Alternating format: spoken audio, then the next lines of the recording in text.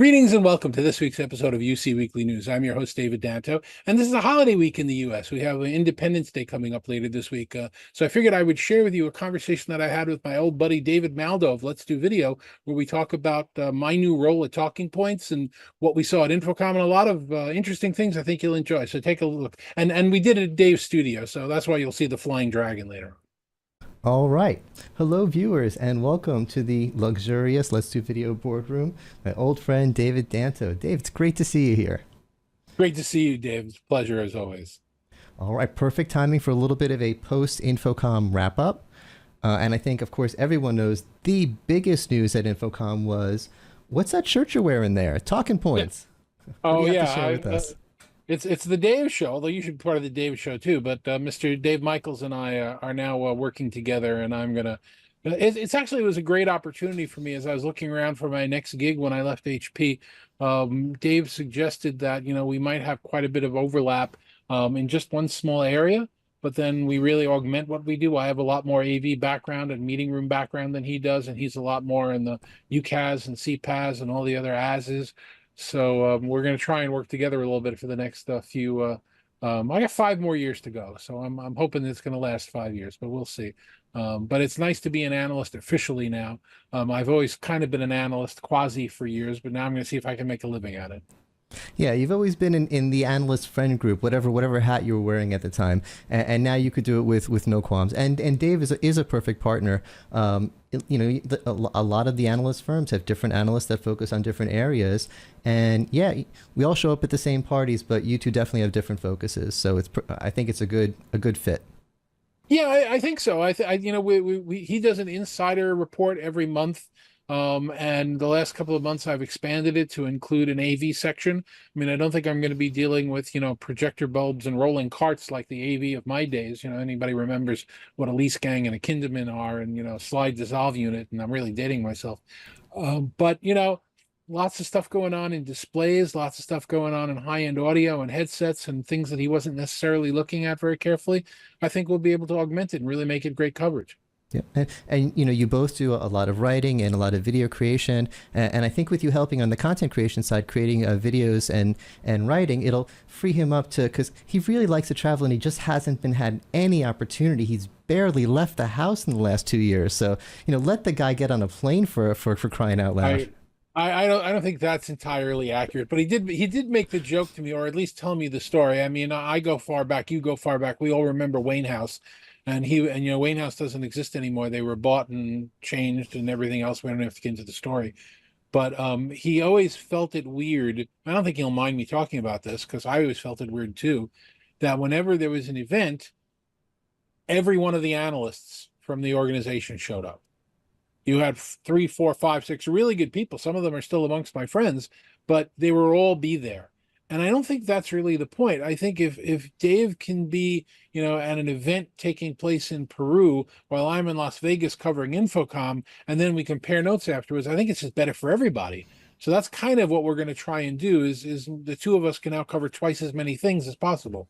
Yeah, especially in today's world, it makes more sense because in the old Wayne House world, everyone would go and then come back and write their part and put out a report. You guys, you're doing videos together. So yeah, you could be in different places and then on your weekly or whatever video, what's going on in your world, what's going on in Dave's world. Yeah, and the writing together and writing apart is something, it's only been a couple of months and we're still working out some of the kinks in that. It's interesting for two guys that know communication like the back of their hand.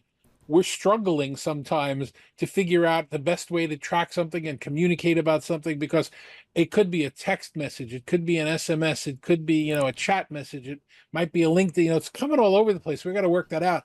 But when we get on a conversation together and do a video on a topic, it's really coming out nicely. So we know there's a click there. We're just going to have to get the rhythm in terms of, the overhead and management of it. By the way, that's normal. 90% of my content that's about small teams working together, based on personal experience with my small remote team. So yeah, it's anecdotal, but it's real, and it'll become part of your content. Yeah, no, it's interesting. And it's also great to have the other perspective, and when two people agree about something, it's terrific. And because Dave and I pretty much agree on how we see AI and generative AI and some of the dangers of that right now. When two of us disagree about something, you kind of, it's kind of like a marriage. You have to figure out what, pick your battles. It's like, okay, you want it to look that way, I'll do it that way. Okay, you want it to be that way, I'll do it that way. No, you can't change that one. I need that one to be like that. And we just kind of work it out. So I think it's going to be fun for a while. Yeah, actually, your videos will be boring if you're just going to sit next to each other and agree all the time. So a little bit is good. No, I disagree with it. No, you're right. So should we get into, speaking of traveling and covering events? I'm getting he's looking at me like I'm suspicious over there. Yeah, he's been peeking at us. He knows I wrote a bad review of the Sphere, which is why I didn't go to any of the Sphere InfoComm parties this time, because it was not a great experience. Sphere is beautiful from the outside, and it is such a ripoff on the inside. If anybody's ever been to a Disney park and taken the Soarin' ride, either Soarin' over the USA or Soarin' over California, it's what they're trying to do at the Sphere, but it's done much better. So that there's your comparison. But it's also, like $21 drinks and $18 popcorns, and I'm only exaggerating a little. So yeah, look at it from the outside and enjoy it. Yeah, I got lucky. I got the perfect experience because I was part of a group going with, I think AVI Systems sponsored it for with InfoComm. Yes, they did. And my connection was delayed, so I got in late. So I missed the coming in early and the drinks and all, a lot of the things that you complained about in your blog of it. I got in just in time for the show. And it's been a long time since I've been in a good Disney show, so I loved it. When the elephant walked over and my seat rumbled a little bit, I was very happy. So I was the perfect audience for it, maybe. But I love the show, and at the end of the day, it's all about the show. I know that I had a lot of analyst friends that saw The Grateful Dead while we were there, and none of them had anything bad to say. Well, no, the concert is a beautiful venue for a concert. It's beautiful for a concert. The movie, we had that in the 1970s. They called it Sense-Around, and they did it better. But yeah, I don't want to have too many digs here. So definitely admire the Sphere from the outside. It's beautiful, and it's one of the things we need to talk about when we talk about what we saw at InfoComm this year. What makes the Sphere possible is a technology called direct view LEDs. It's obviously lighting up. You're looking right at it. The pixels are enormous. It's if you look at it up close, you can barely see the images. It really only looks good from a distance. And I was surprised. I thought it, because looking at it from here, I thought it was like a monitor. I thought it was like, I thought it was going to get close, and it was going to be like looking at my screen, and you get close, and yeah, it's a pixel here, and then a foot and a half over is the next pixel. Right, exactly. I might be exaggerating, but you could see each pixel, and you're like, oh, wow. Okay. But the distance.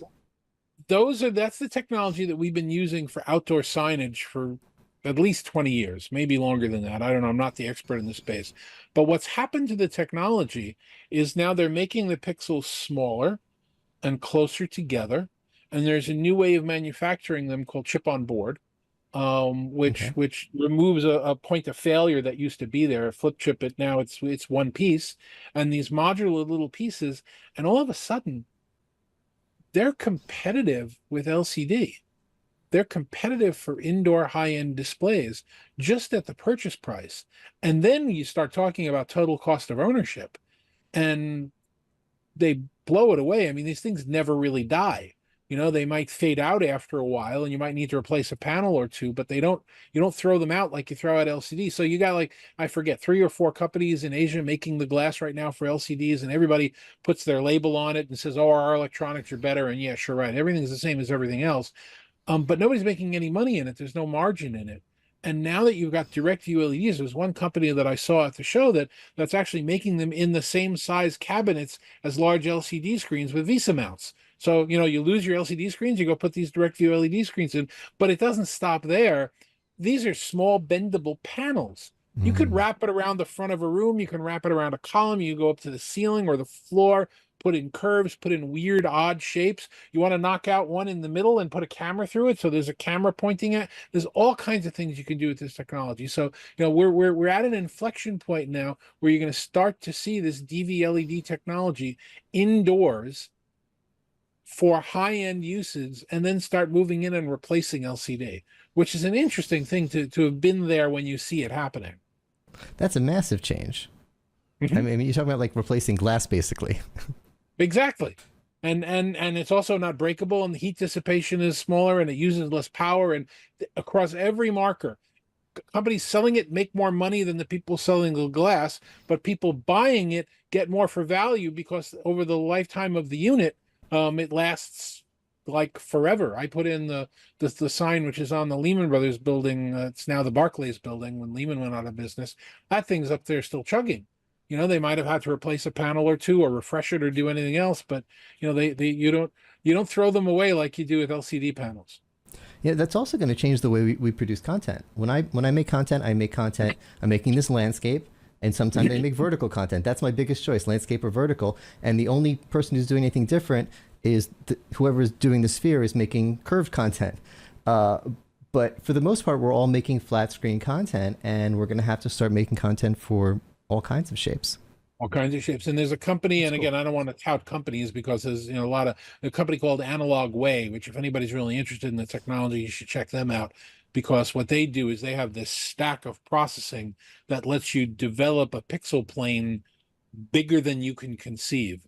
So do you want it to be spiky? You want it to be a football field? You want it to go sideways? You want it to go in circles?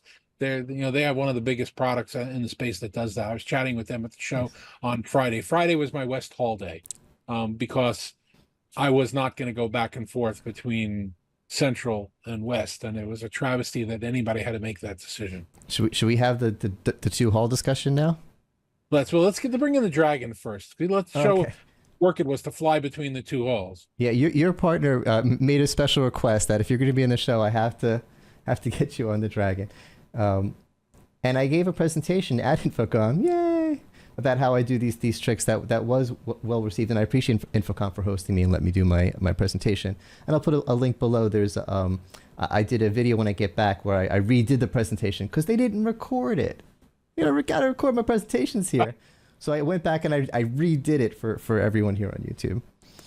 We still haven't solved you're in a union hall, you need union camera people, even though the 9 people in the front row were just recording it on their phone.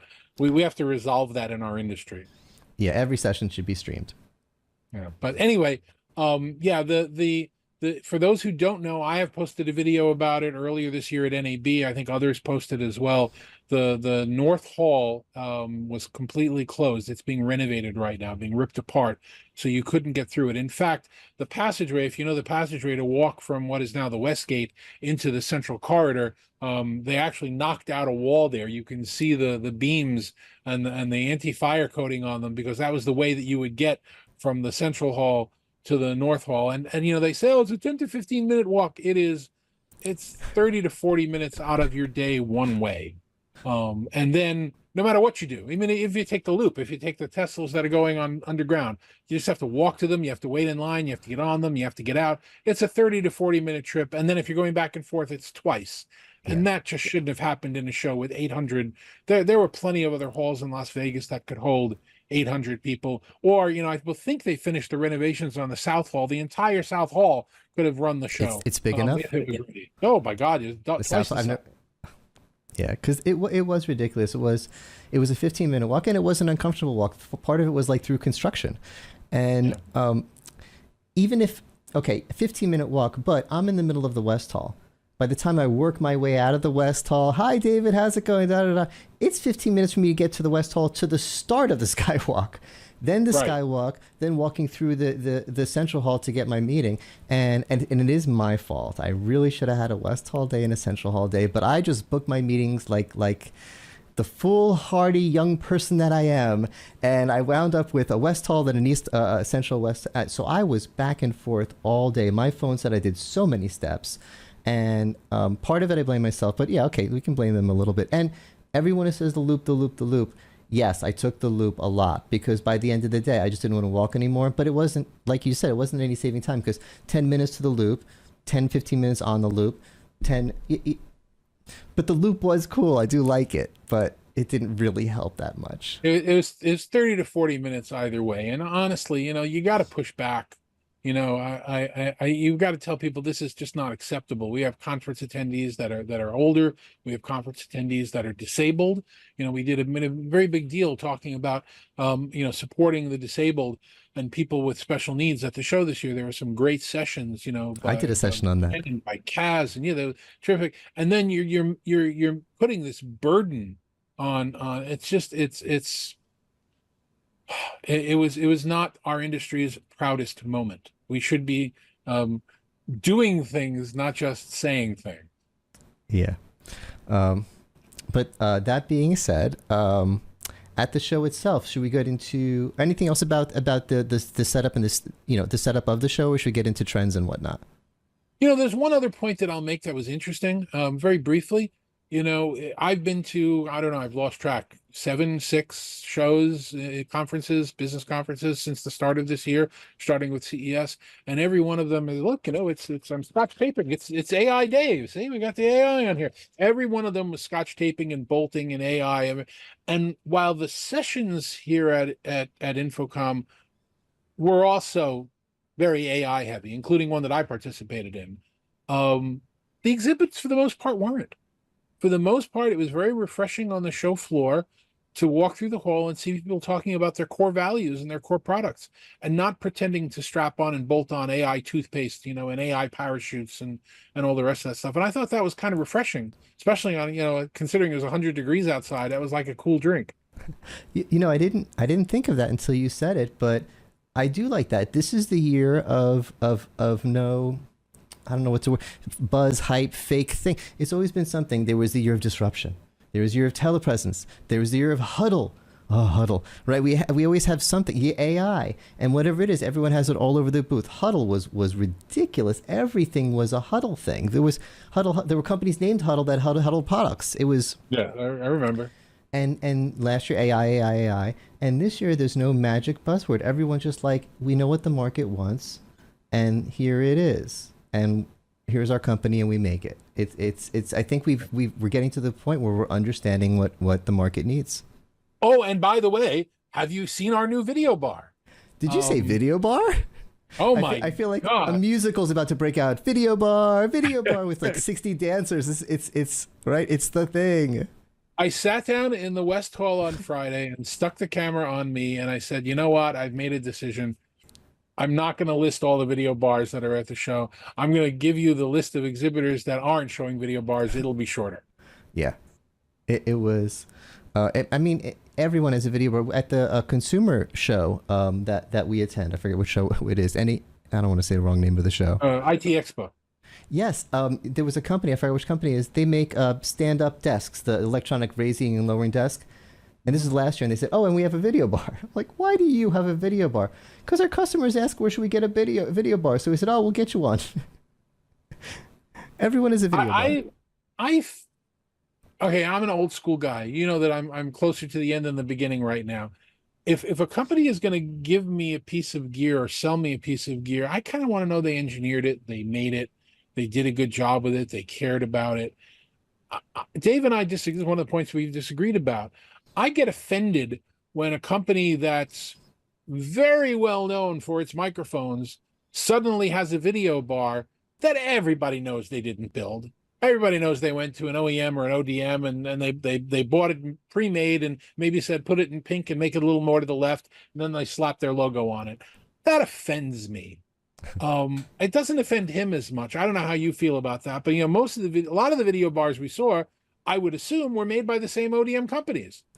Yeah, I think it would have offended me a few years ago because there are some companies that put a lot of development to making some really good gear, and if there's a bunch of junk out there, I don't like it. But I don't know, fortunately or unfortunately, the random video bars, they're not terrible. They're not junk. I kind of wish they were, so I could say, no, go with my friends at the companies that I like that make amazing stuff that I love. But I can't fault anyone for using one of them, so that makes me less offended that they're out there. You can thank Microsoft, for whether you love them or hate them or whatever the relationship is. The fact that they are a dominant platform now in the collaboration space, and they require, or at least heavily promote the idea of certification means that most of these devices are going to go through at least some level of rigorous testing before they come to the market if they want to say that they're Microsoft certified. So that's at least, you get this minimum bar of quality that, again, the last day at the show, the last hour, I walked by somebody selling displays, and all of a sudden they had a video bar there, and I picked up their little postcard and I said, "Who's responsible for this?" And they said, "That person didn't come to the show." It's okay. Yeah, it's like they're out there. Yeah, it's not a priority for them, but their customers are asking for them. Should they recommend someone else, or should they just slap a label on it and sell their own? Well, it forces the companies that are making really good products to build differentiators into them. I mean, Yes. you want to give a couple of examples. You can think about, like, and I don't want to throw out, names. I love or hate the companies, but it's like one of the companies that we both know is building a bar that you can mount vertically between two displays. Why they're the only one doing it, I have no idea. But you know Seems what? pretty It's different obvious. than everything else that's out there. You get cameras at eye level right now. Again, everybody's known my videos. The camera is at the eye level of the participant. It looks normal. If it's higher or lower, it doesn't. So that's one differentiator. Crestron just came out with their bar right now. It's zoom only, but they got 4 cameras in it, 4 lenses inside a little electronic shutter that opens and closes. It's different. It's interesting. It's what separates them out. You look at the stuff that Cisco's making. They've been making hardware and products themselves for years and years and years. They're currently the only ones able to switch between Microsoft and something else without having to reboot.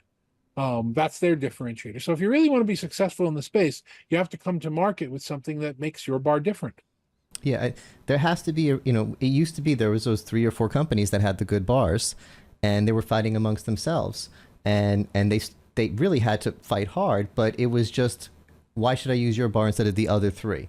It was a shorter conversation. Now it's, why should I use your bar instead of the other 1,000? Yeah. So more than ever, they have to have those differentiators, and they just have to have really like top level quality. Whatever resolution is top resolution this day, they have to have it the day it comes out. I mean, how many companies had version 2 of their top selling bar at this show? There was at least 3, right? Yes, absolutely.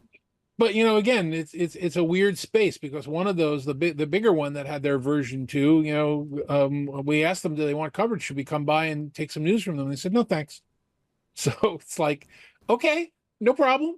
I was surprised by that. We weren't charging anybody to cover the space. It's what we do for our readers. But wow, that was that was an interesting thing. So there's That still is a lot of interesting. interesting people in our industry. Yeah.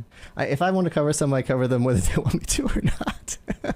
I probably should stop doing that. But yeah, if I think something's interesting, I just talk about it. But yeah, that is interesting. We are in a technology business, but if you've been to InfoComm for as many years as I have, it's a people business. Yeah. And you do the right thing by people, and you be nice to them. And we all know who the nice people are in the industry, and we also know who the people are that we'd rather not see. And in fact, one of the things I posted on Threads while I was at the show this year was the likelihood that you're going to walk by someone's booth and see that exact person you do not want to see is proportional to how much you can't stand seeing them. So, if you got somebody that, it's like, oh my God, I hope this person's not there. Oh, geez, he just saw me. I can't deal with it. So yeah, that happened.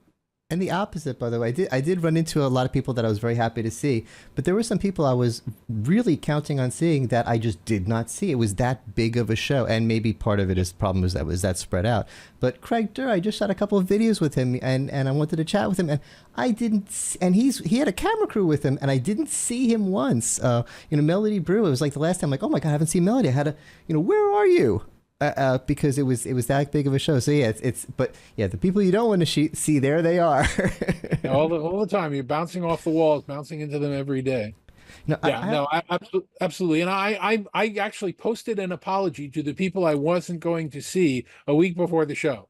I said, look, I know it happens every year. I'm going to run into a lot of people I love, but I'm going to miss a lot of people. I'm going to miss some of you. I wish you could have seen them. I have one more thought on video bars. It's the all these new companies with the thousands and thousands of video bars have changed the game in such a big way. It's not just changing the way that the old school is developing their video bars, trying to be that much more ahead and differentiate themselves. It's changing the way they sell the software behind it. I'm thinking, in particular, Cisco. The way I thought of Cisco was they would walk into a customer and be like, check out our video bars. There's only a couple others on the market that are this good. You need our video bars. People say, ooh, let's put those in our meeting rooms. And then, hey, we got Cisco bars in all the meeting rooms. Obviously, we're going to put WebEx on everyone's desktop. Now, Cisco's strategy seems to be, everyone check out our contact center. We have a really good competitive contact center. And then when you're in on the contact center, then let's talk about the video bars, and then let's talk about the WebEx. So the change, it seems crazy to me, but the addition of more video bars in the industry has me talking about contact center. How did that happen? Well, it's interesting, if I take off 9 or 10 of my hats and I put on the hat that I used to wear when I was an enterprise manager of this technology, one of the things that large enterprises want to do is reduce their list of vendors. And you see a lot of plays happening with that. One of the big places you pointed out, Dave and I had a conversation about this recently, was with Cisco. When Cisco decided to become Teams certified and adopt Teams, you now have some of the biggest companies in the world saying, we've got Microsoft at the desktop, we've got Cisco in the data center. You mean I can now put Cisco at the desktop too, still have Microsoft, and I can get rid of the schmutzy old third companies that I was using? That's a good strategy. That's opened up a lot of people's eyes, and from what I understand, and I don't have the numbers, but for what I was told, they're selling like gangbusters right now into the Microsoft. It's working for them. People never looked at it. Another example, Barco came out with their ClickShare bar. Is the ClickShare bar the best video bar in the world? It's good. It's probably not the best video bar in the world. This does an amazing job with wireless stuff. That's a topic for another day. Yeah, wireless video. But you have companies that use the ClickShare product everywhere. It's in all their rooms, it's in all their systems, but there was never a Barco solution for a video bar. So they were buying Logis or Neats or Polys. Now they can say, wait a minute, all these ClickShares that we own, we can now just get the bar and we can omit another vendor. The purchasing people really enjoy this idea of not having so many vendors. And that's one of the strategies that these companies are following with these sticky brands and opening up the portfolio. How many versions of Coke are there in the store? Yeah, and I'm seeing the same thing on the software side. It used to be, it used to be you had to go with one vendor because interop did not exist in our industry and things didn't work unless you got everything from the same company. Then things started working and we were best of breed. It was a fun time. It was like, I want the best camera, and then I want the best microphone, and I want the best software. I don't care. They all come from different people. And now we're getting into this whole platform thing. I've had so many discussions, customers, end users reach out to me and say, hey, can I talk to you for an hour about Zoom? And they want to talk about Zoom Workplace. They want to talk about the platform. They want to talk about Microsoft Teams as a platform. Just a couple of years ago, when people said, I want to talk to you about Teams and Zoom, they were saying, I want to compare Microsoft Teams video call to a Zoom video call. Or maybe they were saying, I want to compare Microsoft Teams chat to Zoom chat. And now it's platform. And people are, I guess everything's gotten good enough that we don't need best of breed. You can get everything from one vendor and it'll all be good enough. There's a factor of convenience. It's a slider, convenience versus quality. Could you improve the quality by differentiating a little bit between, the best in breed? Yeah. How much more is that going to be worth? What are my calls? Are my calls with my friend David for a webcast that's going to be out all over the internet? You know what? Let's use the video service that actually does better recordings. Is my call to my coworker 5 minutes ago just to find out what we were doing for lunch? You know what? If that doesn't make a really good recording, and if I have to run it through Handbrake to improve it, I'm not going to do that about our lunch discussion. So that's where you get into the what quality are you shooting for? Everybody knows which is the more convenient platform, and everybody knows which is the higher quality platform. Which do you want? What do you want to sell as? But the question, like you said, it's which platform now, and we did pretty good without talking about AI, but AI is a big part of it. AI changes the discussion of. It's a lot easier to use, I want to use Zoom for meetings and Zoom for chat and Microsoft for calendar and WebEx for events, if we're not using AI to tie everything together. If I'm using AI to look in my emails and help me with my meetings and understand what's going on in my chats, then I'm stuck. I have to pick a platform. Well, AI would definitely be another conversation for a topic, probably for you and Tim to talk about, not you and me. But it would take an entire show because I'm one of the few people that believes we are so overhyped and over our skis in terms of generative AI as a tool. It's awesome. We should all know how to use it. We should all be able to work with it. We should all figure it out as best as we can. As a, hey, you need to build your business process with this, man, this thing's going to burn to the ground. Whatever we're going to have in the next 5 or 6 years is going to be built from the ashes of all the mistakes that we're making right now. And I could tell you a dozen of them that are, hallucinations, just the smallest part of it. So, But it's hard not to ride the hype. I'm really Let's Do Video. I'm tempted to get Let's Do AI, make it a website, just because it'll get clicks. I gotta get the Scotch tape. Where's the Scotch tape? Gotta put it on again. Yeah. AI Dave. Another thing I'm thinking of doing is Let's Do Video bars. I wouldn't be able to do what I'm doing now, but I feel like if I put video bars up on a website, they'd sell. It's crazy. They probably would. Or you could start doing product endorsements like they used to do on old TV, like buy this brand. It's the one that I endorse. So only we could make money doing that. So anything else we need to talk about today? No. We have hit the end of the conference season. We're now going into the summer stretch. No traveling for a while. Next big conference, you and I will both be together, right? At Commercial Integrator Expo in Denver in September. Oh, yes, and possibly at WebEx1 before that in August. I thought WebEx1 was in October. Oh, wait, you might be right. Okay. Yeah. Pretty sure about that one. I'm remembering when I asked the Cisco team when it is. They both said it at exactly the same time as if they'd rehearsed it. So early so September is the next time I got to get on a plane. CEDIA Commercial Integrator Expo taking place in Denver. Definitely come because I'm the track chair of the Unified Communication track there. Dave is one of our speakers. Thank you for agreeing to do that, David. We're going to be talking about AI and unified communication. I think your session is how to pick the best video bar. So you got some time to work on it. I think so. I have to look at it again. I haven't looked in a while. That'll be fun. And then in October we've got WebEx1 where I'll be flying down to you probably in Florida. In Miami, yes. Yeah, last year at the CEDIA show, there were two stages. One had a big sign on it that said the smart stage, and the other one was the stage that I was at. I didn't have a sign. I think this year we're going to do most of the sessions in actual classrooms. We'll still have the smart stage, but I don't think there's going to be the second not so smart stage. We've solved some of those problems. I really took it a little personally. Well, at least we gave you a stage. When you were at Enterprise Connect, we only gave you they give you a ring? I got the little booth. Yeah. The not smart stage, the David stage. That's okay. All right. Well, thanks so much for being here. This was awesome. We need to do this more often. It's nice to have you here. Whenever you like to. It's good to see you, and thanks for helping promote TalkingPointz. Everybody knows where to find it. It's TalkingPointz with a Z.com. And you can always email me. Just Google my name, David Danto. There are 3,000 emails. Use any one you like. So that's it for this week's UC Weekly News. Again, I'm your host, David Danto. Next week's show, I'm going to have my old friend Kevin McMenemy on. He's now the CTO at Neat, and he's going to talk about technology and all the technology he helped develop when he was at Cisco and what he's doing now at Neat. So look forward to that. I'll see you all next week. Thanks for joining us.